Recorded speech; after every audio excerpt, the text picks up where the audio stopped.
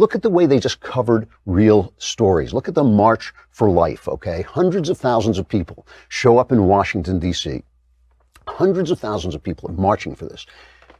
That, in normal journalism, would be an occasion to discuss the ins and outs and rights and wrongs of abortion. Both sides coming on, debating that issue. When you've got hundreds of thousands of people every year, that's a huge number of people to show up for an issue. That means it is a controversial issue that you should say, oh, well, let's talk about abortion. When somebody gets shot, they talk about guns, right? It's the gun issue. If there's a women's march, oh, it's the women's issue. We have to talk about women. Instead, what are they talking about? Our friend Ben Shapiro goes out and he does his podcast from before the march, and then he made a speech at the march. Now, I just want to say one thing. Ben is a friend, and I don't go on the show and attack friends. I just don't. It seems disloyal. But I never hesitate to tell Ben when I think he's wrong. If I thought he was wrong in this case, I probably wouldn't mention it. I probably wouldn't have it on the show. But nothing on earth would get me to say that Ben was right when I thought he was wrong, even to keep my job, no matter what.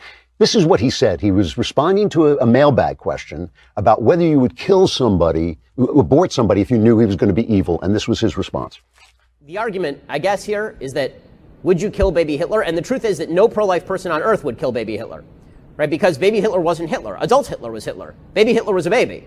Right? What you presumably want to do with baby Hitler was take baby Hitler out of baby Hitler's house and move baby Hitler into a better house where he would not grow up to be Hitler, right? That's the idea. That is a witty, humane, and true statement.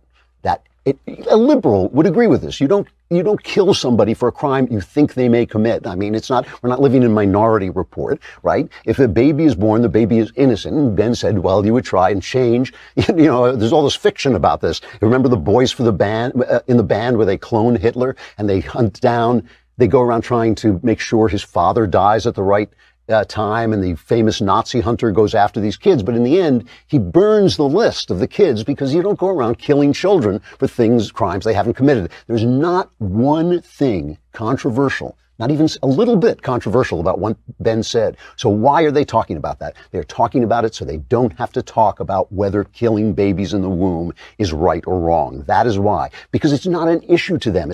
There is no controversy. They know the answer because they're all the same person. They all have the same opinions. And so where's the controversy? Where's the controversy? It really is an amazing thing that I do believe that there are some of them, maybe Chuck Todd is one of them, who actually don't think they're biased, who actually think they play the news straight, and they don't understand it's not the errors, it's the overall attitudes and assumptions. Why, if 100,000 people march on Washington every single year, why don't you use that day to discuss abortion?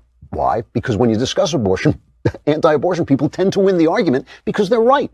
And that's why you don't do it. So you bury it, you make it's off limits. It's all about like something Ben Shapiro said had the word Hitler in it, so it must be controversial. Literally, there is zero controversial about what Ben said. And they just do it to avoid the issue. And it works because what happens then is you start talking like I'm talking now about whether Ben was right or not, or whether he should have said that or not, or whatever it is you start talking about. And the fact is, that's not the issue. What you should be talking about is abortion, but they don't want you to be doing it. And meanwhile, they have this women's march. It is now so riddled with anti-Semitism that even the mainstream media had to pay attention to the fact that it is riddled with, that its leaders are anti-Semitic. I mean, they're standing up using what is supposed to be a women's march to tout boycotting Israel and to tout hating Israel. Tamika Mallory, is that her name? Yeah, Tamika Mallory is on firing line. Is this Margaret Hoover here? Yeah, okay, I haven't seen her in a long time. She's a very smart lady, and she's asking Tamika Mallory about an anti-Semitic remark that she made. Listen to this answer. You were quoted in the New York Times, tell me if the quote is right. We learned a lot about how, while white Jews as white people uphold white supremacy, all Jews are targeted by it. So first of all, that was an organizational statement. Okay, so that statement that's not your statement, that's by the... It was an organizational statement that was written by a number of people, Jewish folks, black women, white women, just if I was saying that out of my mouth, I would have said all white-skinned individuals, including Jewish women. Anyone who has white skin in America is able to benefit from white privilege, and white privilege is, in fact, a part of white supremacy. So it's not that I hate Jews, I hate all white people. You know? It's like white privilege. In other words, just by being white, you are part of white supremacy, which is ridiculous, obviously. White supremacy. I thought Margaret did a good job of keeping a straight face, and she did continue to question her, so she looked worse and worse. But these are the people who are leading the march. How did that happen? How did it happen that the one country, Israel, in the Middle East, where women have rights, the one country becomes the enemy of the women's march? Because it's all about leftism. And of course, nobody thought to cover it that way the first time it happened, because they were all Democrats, all attacking Donald Trump, all appalled by Donald Trump. So it was portrayed as a wonderful event. Breitbart went out, and Breitbart, obviously a slanted site. It's not supposed to be. It is an opinion site. But they went out and just interviewed some of the people at the Women's March. And our guys here put together a little montage of what they found. Oh my gosh!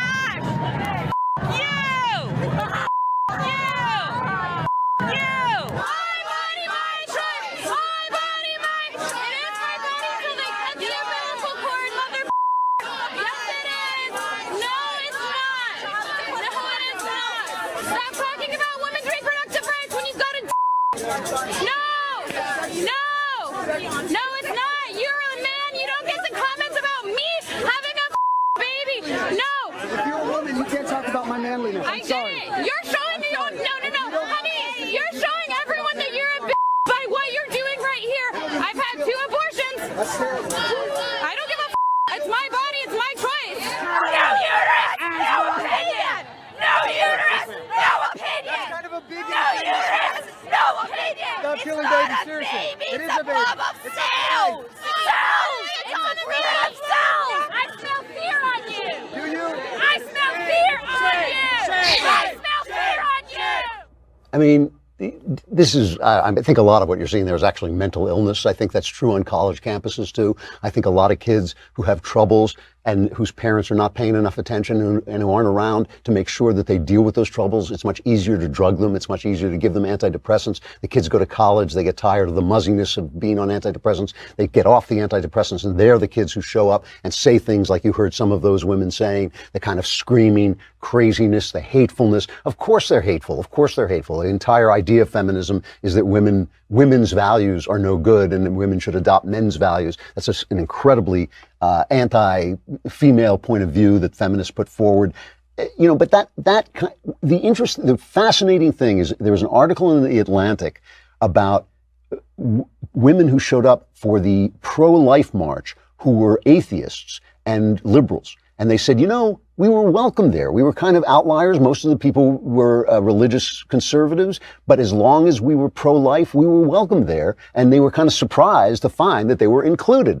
Whereas at the Women's March, if you are pro-life, if you are for women but anti-abortion, you are not welcome. And if you are basically a Trump supporter, you are not welcome. It's a wholly politicized event. And so it's become about leftism, and so it's become anti-Israel, and so it's become anti-female. It is an amazing thing that the left always manages to turn everything on its ear.